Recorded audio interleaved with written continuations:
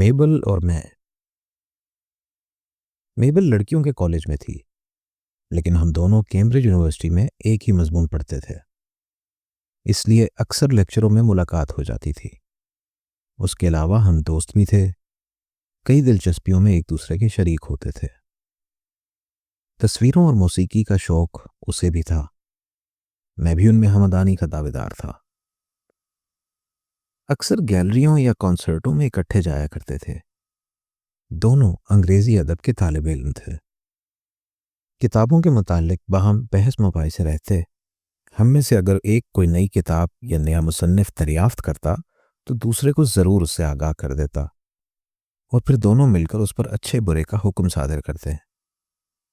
لیکن اس تمام یکجہتی اور ہم آہنگی میں ایک خلش ضرور تھی۔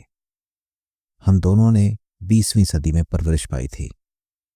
عورت اور مرد کی مساوات کے قائل تو ضرور تھے، تاہم اپنے خیالات میں اور بعض اوقات اپنے رویے میں ہم کبھی نہ کبھی اس کی تکذیب ضرور کر دیتے تھے۔ بعض حالات کے ماتحت میبل ایسی مراحت کو اپنا حق سمجھتی جو صرف صنف ضعیف ہی کے ایک فرد کو ملنی چاہیے، اور بعض اوقات میں تحکم اور رہنمائی کا رویہ اختیار کر لیتا، جس کا مطلب یہ تھا کہ گویا ایک مرد ہونے کی حیثیت سے میرا فرض یہی ہے۔ خصوصاً مجھے یہ احساس بہت زیادہ تکلیف دیتا تھا کہ میبل کا مطالعہ مجھ سے بہت وسیع ہے۔ اس سے میرے مردانہ وقار کو صدمہ پہنچتا تھا۔ کبھی کبھی میرے جسم کے اندر میرے ایشیائی آباء و اجداد کا خون جوش مارتا، اور میرا دل جدید تہذیب سے باغی ہو کر مجھ سے کہتا کہ مرد اشرف المخلوقات ہے۔ اس طرف میبل عورت مرد کی مساوات کا اظہار مبالغہ کے ساتھ کرتی تھی، یہاں تک کہ بعض اوقات ایسا معلوم ہوتا تھا کہ وہ عورتوں کو کائنات کی رہبر اور مردوں کو حشرات الارض کے برابر سمجھتی ہے۔ لیکن اس بات کو میں کیوں کر نظر انداز کرتا کہ میبل ایک دن 10-12 کتابیں خریدتی اور ہفتہ بھر کے بعد انہیں میرے کمرے میں پھینک کر چلی جاتی، اور ساتھ ہی کہہ جاتی کہ میں انہیں پڑھ چکی ہوں، تم بھی پڑھ چکو تو ان کے متعلق باتیں کریں گے۔ اول تو میرے لیے ایک ہفتے میں 10-12 کتابیں ختم کرنا محال تھا، لیکن فرض کیجئے مردوں کی لاج رکھنے کے لیے راتوں کی نیند حرام کر کے ان سب کا پڑھ ڈالنا ممکن بھی ہوتا، تو بھی ان میں 2 یا 3 کتابیں فلسفے یا تنقید کی ضرور ایسی ہوتیں کہ ان کے سمجھنے کے لیے کافی عرصہ درکار ہوتا۔ چنانچہ ہفتہ بھر کی جانفشانی کے بعد مجھے ایک عورت کے سامنے اس بات کا اعتراف کرنا پڑتا کہ میں اس دوڑ میں پیچھے رہ گیا ہوں۔ جب تک وہ میرے کمرے میں بیٹھی رہتی، میں کچھ کھسیانہ سا ہو کر اس کی باتیں سنتا رہتا، اور وہ نہایت عالمانہ انداز میں بھویں اوپر کو چڑھا چڑھا کر باتیں کرتی۔ جب میں اس کے لیے دروازہ کھولتا یا اس کے سگریٹ کے لیے دیا سلائی جلاتا یا اپنی سب سے آرام دہ کرسی اس کے لیے خالی کر دیتا، تو وہ میری خدمات کو حق نسوانیت نہیں بلکہ حق استادی سمجھ کر قبول کرتی۔ میبل کے چلے جانے کے بعد ندامت بتدریج غصے میں تبدیل ہو جاتی۔ جان یا مال کا ایثار سہل ہے، لیکن آن کی خاطر نیک سے نیک انسان بھی ایک نہ ایک دفعہ تو ضرور ناجائز ذرائع کے استعمال پر اتر آتا ہے۔ اسے میری اخلاقی پستی سمجھیے، لیکن یہی حالت میری بھی ہو گئی۔ اگلی دفعہ جب میبل سے ملاقات ہوئی تو جو کتابیں میں نے نہیں پڑھی تھیں ان پر بھی میں نے رائے زنی شروع کر دی، لیکن جو کچھ کہتا تھا سنبھل سنبھل کر کہتا تھا۔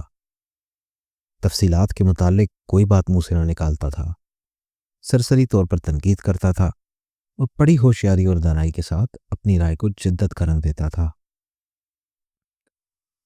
کسی ناول کے متعلق میبل نے مجھ سے پوچھا تو جواب میں نہایت لاؤبالیانہ کہا، ہاں اچھی ہے، لیکن کوئی ایسی اچھی بھی نہیں۔ مصنف سے دور جدید کا نقطہ نظر کچھ نبھ نہ سکا، لیکن پھر بھی بعض نقطے نرالے ہیں، بری نہیں، بری نہیں۔ کنکھیوں سے میبل کی طرف دیکھتا گیا، لیکن اسے میری ریاکاری بالکل معلوم نہ ہونے پائی۔ ڈرامے کے متعلق کہا کرتا تھا، ہاں پڑھا تو ہے، لیکن ابھی تک یہ فیصلہ نہیں کر سکا کہ جو کچھ پڑھنے والے کو محسوس ہوتا ہے وہ سٹیج پر جا کر بھی باقی رہے گا یا نہیں، تمہارا کیا خیال ہے؟ اور اس طرح سے اپنی آن بھی قائم رہتی اور گفتگو کا بار بھی میبل کے کندھوں پر ڈال دیتا۔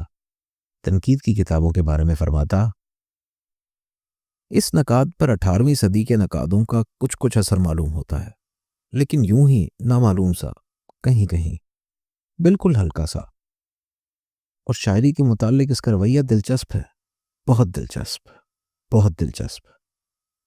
رفتہ رفتہ مجھے اس فن میں کمال حاصل ہو گیا۔ جس روانی اور نفاست کے ساتھ میں ناخواندہ کتابوں پر گفتگو کر سکتا تھا، اس پر خود حیران رہ جاتا تھا۔ اس سے جذبات کو ایک آسودگی نصیب ہوئی۔ اب میں میبل سے نہ دبتا تھا، اسے بھی میرے علم و فضل کا معترف ہونا پڑا۔ وہ اگر ہفتہ میں 10 کتابیں پڑھتی تو میں صرف 2 دن کے بعد ان سب کتابوں پر رائے زنی کر سکتا تھا۔ اب اس کے سامنے ندامت کا کوئی موقع نہ تھا۔ میری مردانہ روح میں اس احساس فتح مندی سے بالیدگی سی آ گئی تھی۔ اب میں اس کے لیے کرسی خالی کرتا یا دیا سلائی جلاتا تو عظمت اور برتری کے احساس کے ساتھ، جیسے ایک طاقتور تنومند نوجوان ایک نادان کمزور بچی کی حفاظت کر رہا ہو۔ صراط المستقیم پر چلنے والے انسان میرے اس فریب کو نہ سراہیں تو نہ سراہیں، لیکن میں کم از کم مردوں کے طبقے سے اس کی داد ضرور چاہتا ہوں۔ خواتین میری اس حرکت کے لیے مجھ پر دوہری دوہری لانتیں بھیجیں گی کہ ایک تو میں نے مکاری اور جھوٹ سے کام لیا، اور دوسرے ایک عورت کو دھوکہ دیا۔ ان کی تسلی کے لیے میں یہ کہنا چاہتا ہوں کہ آپ یقین مانیے، کئی دفعہ تنہائی میں میں نے اپنے آپ کو برا بھلا کہا، بعض اوقات اپنے آپ سے نفرت ہونے لگتی۔ ساتھ ہی اس بات کا بلانا بھی مشکل ہو گیا کہ میں بغیر پڑھے ہی علمیت جتاتا رہتا ہوں۔ میبل تو یہ سب کتابیں پڑھ چکنے کے بعد گفتگو کرتی ہے، تو بہرحال اس کو مجھ پر فوقیت تو ضرور حاصل ہے۔ میں اپنی کم علمی ظاہر نہیں ہونے دیتا، لیکن حقیقت تو یہ ہے نا کہ میں وہ کتابیں نہیں پڑھتا۔ میری جہالت اس کے نزدیک نہ صحیح، میرے اپنے نزدیک تو مسلم ہے۔ اس خیال سے اطمینان قلب پھر مفقود ہو جاتا، اور اپنا آپ ایک عورت کے مقابلے میں پھر حقیر نظر آنے لگتا۔ پہلے تو میبل کو صرف ذی علم سمجھتا تھا، اب وہ اپنے مقابلے میں پاکیزگی اور راست بازی کی دیوی بھی معلوم ہونے لگی۔ علالت کے دوران میرا دل زیادہ نرم ہو جاتا ہے۔ بخار کی حالت میں کوئی بازاری سا ناول پڑھتے وقت بھی بعض اوقات میری آنکھوں سے آنسو جاری ہو جاتے ہیں۔ صحت یاب ہو کر مجھے اپنی کمزوری پر ہنسی آتی ہے، لیکن اس وقت اپنی کمزوری کا احساس نہیں ہوتا۔ میری بدقسمتی کہ انہی دونوں میں خفیف سا انفلوئنزا ہوا، مہلک نہ تھا، بہت تکلیف دہ بھی نہ تھا۔ تاہم گزشتہ زندگی کے تمام چھوٹے چھوٹے گناہ کبیرہ بن کر نظر آنے لگے۔ میبل کا خیال آیا تو ضمیر نے سخت ملامت کی، اور میں بہت دیر تک بستر پر پیچ و تاب کھاتا رہا۔ شام کے وقت میبل کچھ پھول لے کر آئی، خیریت پوچھی، دوا پلائی، ماتھے پر ہاتھ رکھا، میرے آنسو ٹپ ٹپ گرنے لگے۔ میں نے کہا، میبل مجھے خدا کے لیے معاف کر دو۔